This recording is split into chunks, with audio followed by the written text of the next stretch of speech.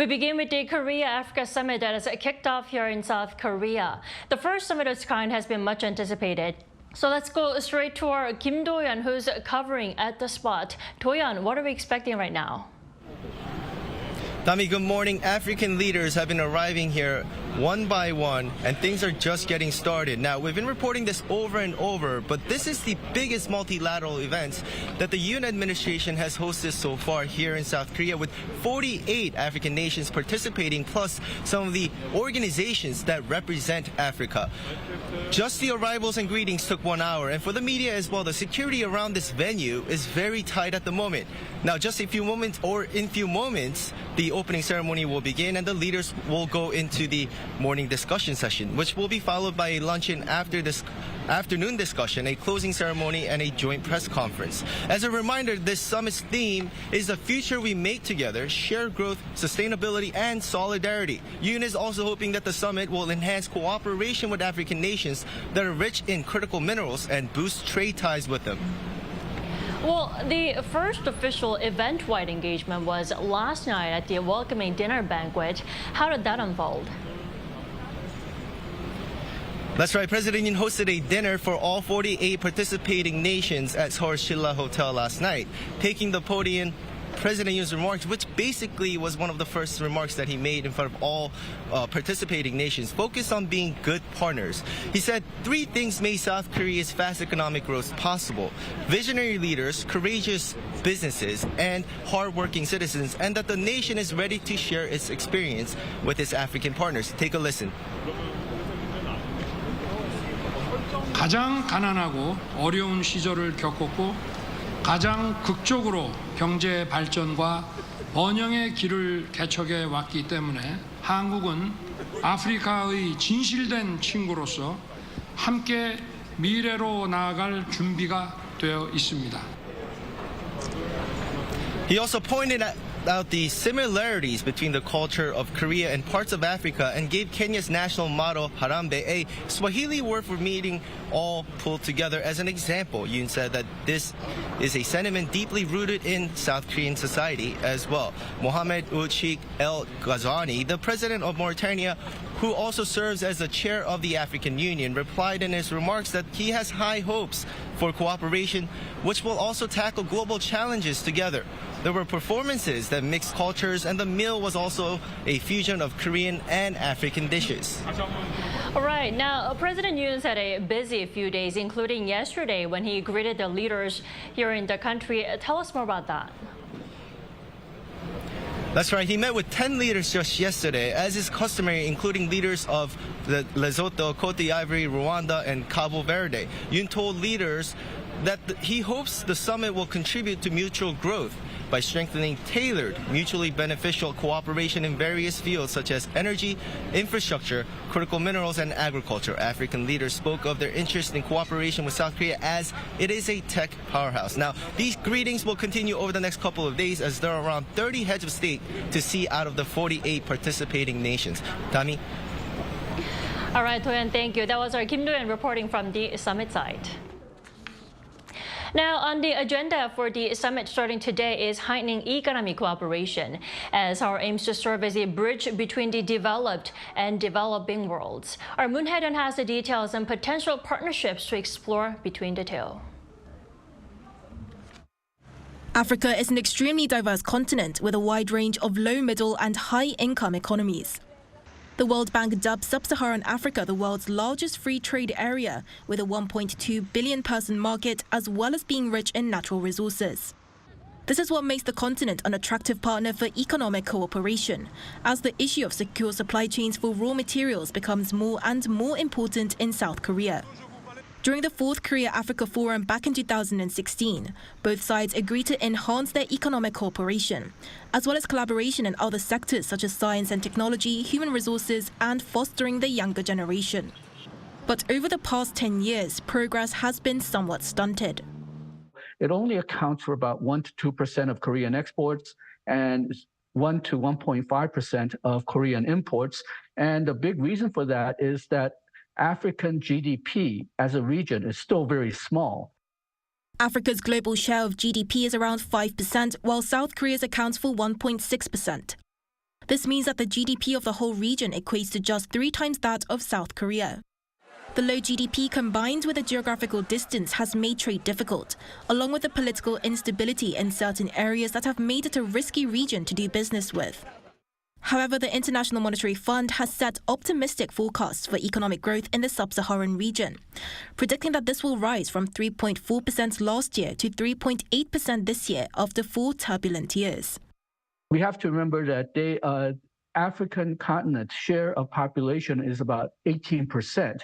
So they have a vast room to grow, and they are less developed, so they have a lot of demand for infrastructure investment. And in order to make infrastructure investment, they will have a lot of demand for financing. South Korea and Africa also share a major issue affecting many regions around the world: global warming, which affects crops and other natural resources. Consumer prices in South Korea are skyrocketing with large price hikes for fresh produce, while the World Meteorological Organization reported that more than $8.5 billion worth of economic damages were wrought in Africa by climate-related hazards in 2022. With this shared interest in tackling global issues and untapped potential in trade and infrastructure investment yet to be explored, the summit, talks and business forum are expected to boost economic cooperation in the future. 문혜련, Arirang News. And fostering cultural exchanges like tourism often plays a pivotal role in connecting and promoting cross-cultural understanding. Hopes are high that doing that will break down barriers and build bridges for South Korea and Africa as well. Yoon reports. The 2024 Korea-Africa Tourism Forum has opened a new chapter in tourism diplomacy.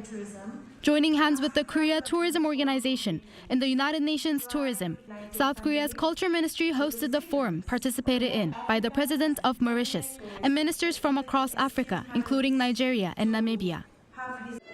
Seoul's Four Seasons Hotel was the host venue for the first ever high-level tourism diplomacy talks between Korea and Africa. The forum on Monday had the theme of forging strategic partnerships for sustainable tourism diplomacy. The discussion's main focus was to delve into strategies for enhancing cultural exchanges and fostering investment cooperation within the tourism sector between Korea and Africa. Africa is the world's youngest and most vibrant region. It stands with endless potential for collaboration with South Korea. Tourism is believed to be a vital bridgehead in fostering a mutually beneficial relationship between Korea and Africa for the future. President Brediat Singh Goban of Mauritius also shared his expectations for the forum, aiming to exchange ideas and best practices with South Korea. For the African continent, the tourism industry constitutes a key sector contributing around 6% to its GDP. Korea, on the other hand, is a world leader in innovation in the tourism sector, and its attractiveness have become remarkable. He added that Mauritius could learn from South Korea in terms of strategies and foster partnerships given that tourism offers from Mauritius are complementary. The CEO of Africa Tourism Partners, Kwak Dongko, proposed improving the trade of tourism products in the private sector as well as investments. But he did highlight the importance of enhancing connectivity through people, saying that when it comes to social and cultural exchange, there was no better opportunity. Make sure that these Africans in Korea and then the Koreans in Africa become our ambassadors in both destinations to make sure. The first step in unlocking the tourism potential between Korea and Africa is to encourage active participation among people to raise awareness. As part of this, after the forum, participants visited the photo exhibition, Invitation to Africa, at the National Museum of Korean Contemporary History. The exhibition aims to promote a positive image of Africa and foster growth in the continent's tourism sector by featuring 38 photographs that showcase tourist destinations from 27 African countries. It will be open to the public for free until June 7th. Yoon, Arirang News. According to a leading expert on South Korea's soft power and former ambassador to several African countries, looking after people and their livelihoods in both South Korea and African states should be at the heart of the two sides' collaboration. Our Oh Soo-young sat down with him. Empowering people and their livelihoods must be at the core of South Korea's partnership with African countries as they look to pursue shared growth, sustainability and solidarity. That's according to diplomat and academic Park Jong-dae, a leading expert on Korean soft power diplomacy.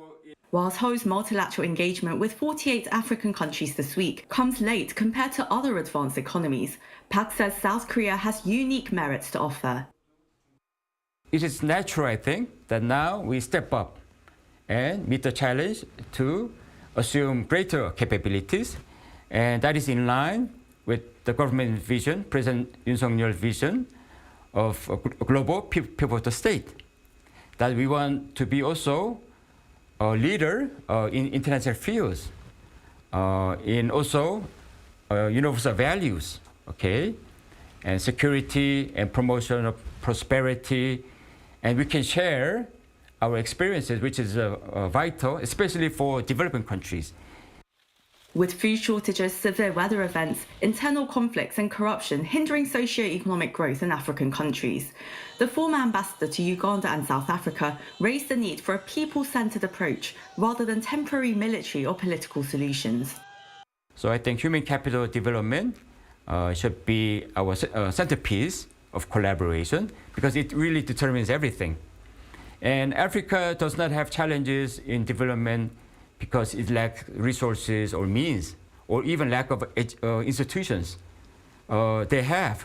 But what is the problem is lack of implementation and follow-up, and that requires human capacity, which is not only level of education, but the attitude, mindset for development. Park has told African communities they need not wait for assistance, as he initiated various projects in Uganda inspired by the Hemao or New Village movement. The community-driven effort in the 70s helped drive South Korea's per capita income from $65 in 1965 to roughly $5,000 by the late 80s. Why it's important is because it stresses ownership.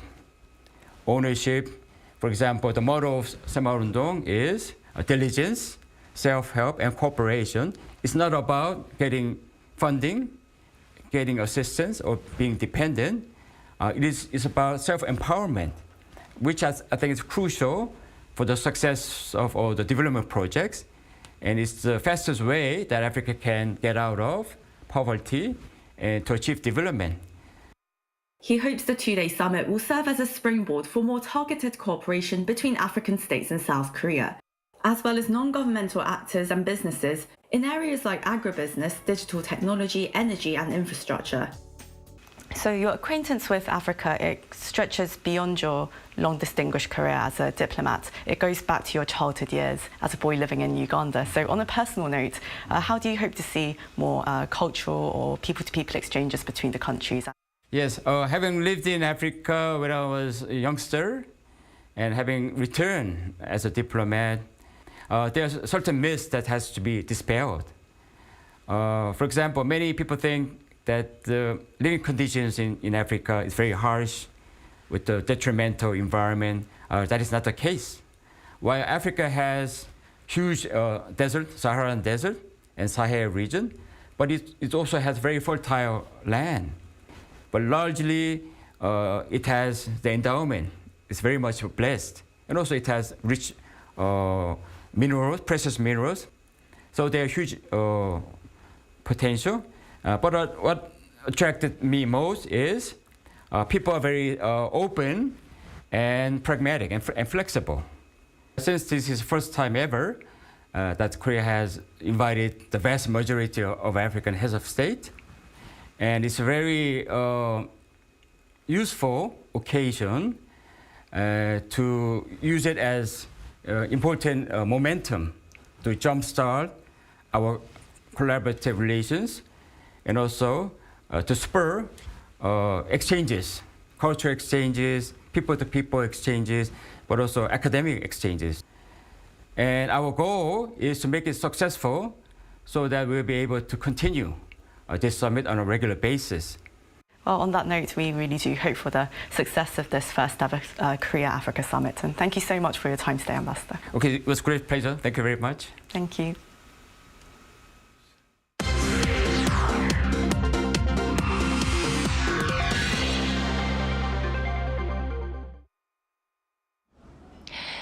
first time South Korea is hosting this many countries from one continent. How can the South Korea-Africa Summit be a turning point in taking their relations to another level? We're joined by Professor Kim In-kyung this morning. Welcome. Thank you. So like I said, this is the first time South Korea has invited this many countries from one continent. What does that say about the Yoon administration as a host nation? Like you just mentioned, the fact that Seoul is hosting delegates from 48 countries, marking the first time it has hosted such a large group of people from a single continent, definitely indicates that the Yoon's administration capability and confidence as a host. This significant gathering highlights Seoul's readiness to welcome and engage with a diverse array of diplomatic representatives, demonstrating its commitment to fostering strong partnerships and cooperation with African nations.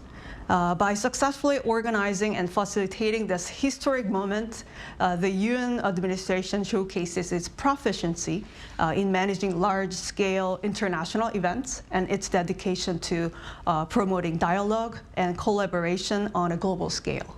Definitely, and South Korea has invited and hosted leaders from numerous countries across the globe. Now, this time, why Africa and why now? Yeah, South Korea's decision to invite and host leaders from numerous countries from Africa indicates a strategic shift in its own foreign policy priorities. Africa has emerged as a pivotal region in a global landscape, offering vast opportunities for economic cooperation, trade, investment. Additionally, Africa represents a crucial arena for addressing global challenges such as climate change, sustainable development, and security. So by engaging with African leaders now, at this moment, South Korea aims to deepen its diplomatic ties, explore mutually beneficial partnerships, and contribute to Africa's socio-economic development. Right, it's about time, and also the timing cannot be any better. Now, what is it there for South Korea to offer then? You briefly mentioned, climate change, economy, but let's talk more about that. South Korea presents African nations with a wealth of expertise, resources, and partnership opportunities across various fields. One particular appealing area for African countries is Korea's advanced technological capabilities. Korea's success in sectors such as information technology, telecommunications, and renewable energy. So we offer valuable opportunities for collaboration and knowledge exchanges. And also Korea's expertise in infrastructure development, including transportation, energy, urban planning. We can address critical needs in Africa's rapidly growing cities. Also, Korea's dedication to capacity building initiatives, education, human resources development, aligns with Africa's aspirations for sustainable socio-economic growth. Well, as an African expert, I have to ask you, is there a particular country that you think has lots of potentials to become a good partner of Seoul? I know you have 48 options now, but what do you think? Personally, I'm interested in Kenya, but I also suggest that might be Kenya. Kenya's President William Ruto recently visited the U.S. President Biden, and Kenya's prospective designation as a major non-NATO ally by the Biden administration underscores its strategic importance and stability, making it an even more attractive partner for Korea. As a gateway to East Africa, Kenya offers access to a large and dynamic regional market, facilitating trade, investment opportunities. So the country's diverse economy with strong sectors in agriculture, technology, and tourism aligns with Korea's advanced technological capacity and industrial capacity. So creating synergies for both countries' collaborative ventures. And moreover, Kenya's commitment to infrastructure development, innovation resonates with Korea's expertise in these areas, promising mutually beneficial projects in fields such as renewable energy, smart cities, and technology. Definitely one of the most attractive African states. Now, we talked about how South Korea and Africa can offer from each side, but in what areas can the two sides work together to bring out the most synergy? There are many, actually. South Korea and Africa have the potential to collaborate across a broad spectrum of areas to maximize synergy and mutual benefits. One crucial domain is infrastructure development, where Korea's expertise in constructing efficient transportation networks, energy systems, and urban infrastructure, they can complement Africa's imperative for modernization and connectivity. Additionally, both regions can harness technology and innovation to tackle shared challenges and advance sustainable development. Korea's advanced technology capabilities, like I said, coupled with Africa's vast potential for digital transformation, present opportunities for cooperation in sectors like ICT, fintech, and e-governance. Moreover, collaboration in education and human resources, human development can help cultivate skilled workforce and facilitate knowledge exchange, empowering African states to drive sustained economic development and social advancement. And also partnerships in trade, investment, and entrepreneurship also have the potential to stimulate economic diversification, job creation, and inclusive growth, unlocking the full potential of both regions.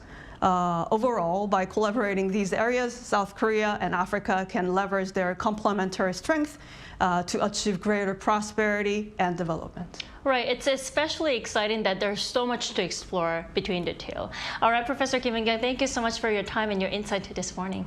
Thank you.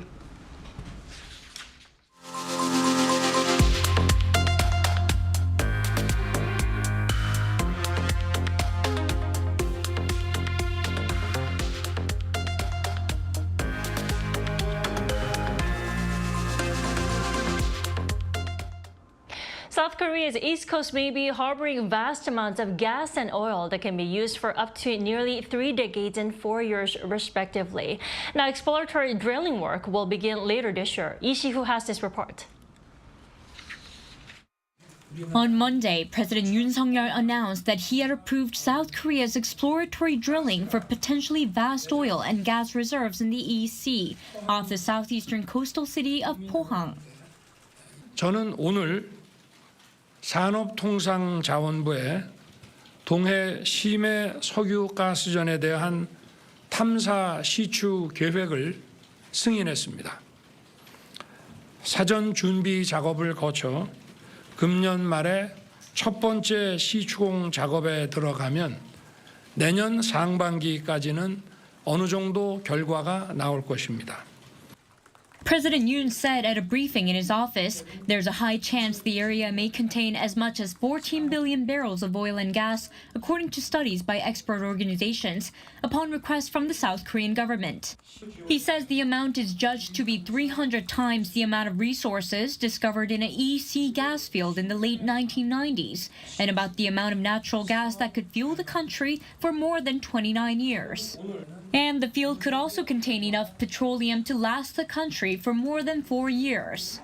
An Deok-keun, the Minister of Trade, Industry and Energy, said the drilling is expected to begin around December. An suggested a rough timeline afterward if the drilling does confirm the presence of vast reserves. If reserves are confirmed, we expect the commercialization process to begin around 2027 to 2028 and commercial production to begin in 2035. An official at the ministry also explained the success rate of exploratory drilling is around 20%. The government and the Korea National Oil Corporation, along with investments from global companies, will cover the drilling costs. It's expected at least 5 boreholes will be drilled at the cost of over 100 billion Korean won, or around $75 million per drill. South Korea is one of the world's largest buyers of crude oil and gas, according to the Korean National Oil Corporation. The country's energy stocks jumped after the announcement.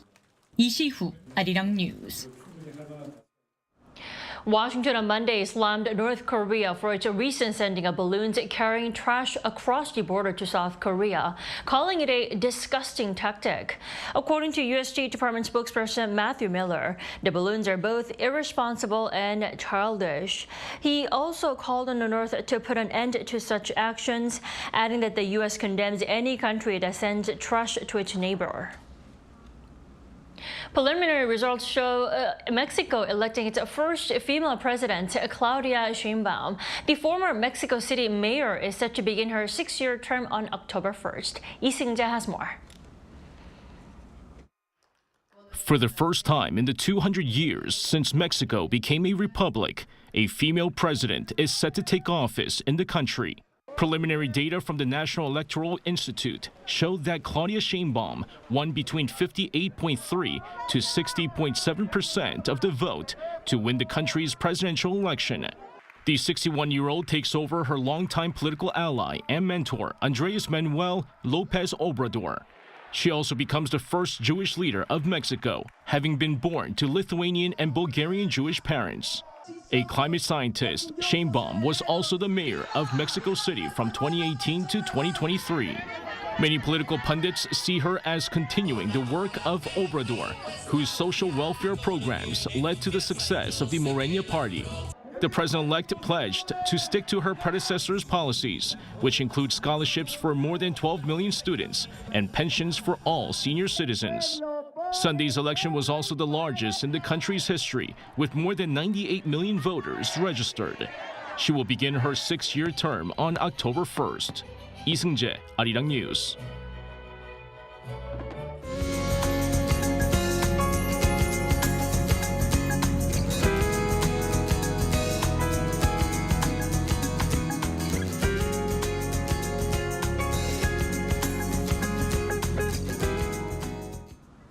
We thank you for watching New Day at Arirang. We'll be back tomorrow at the same time, 9 a.m. Korea time.